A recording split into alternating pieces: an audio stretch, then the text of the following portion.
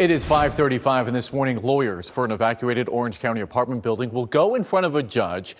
People who lived at the Rialto apartments are suing the building's owner after they had to rush out in the early morning hours 4 months ago. Well, this morning, West 2's Bob Hazen live for us this morning at the Rialto apartment complex. And Bob, a hearing today could decide what kind of judge will actually hear this case.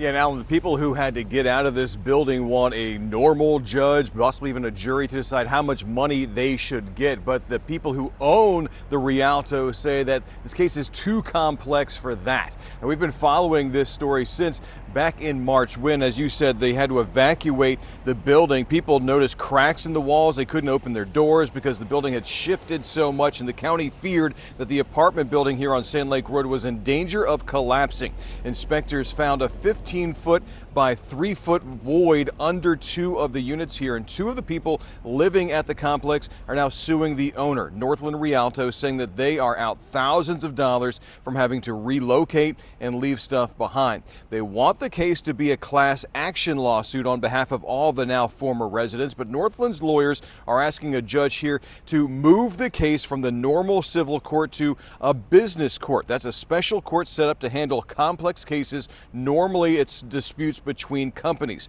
Northland says that even though residents are the ones suing them right now, they believe the case is going to turn into figuring out which businesses are to blame and how much, and it'll focus on construction defects, compliance with building codes and industry standards, assigning fault among contractors, engineers, architects, and property managers, and contracts and warranties. Now, folks at the law firm representing the people who used to live here believe that the Rialto's owners want it moved to that business court because it would be more favorable to their own interests, so they'll be fighting that move. That hearing is going to start this morning at 10:30.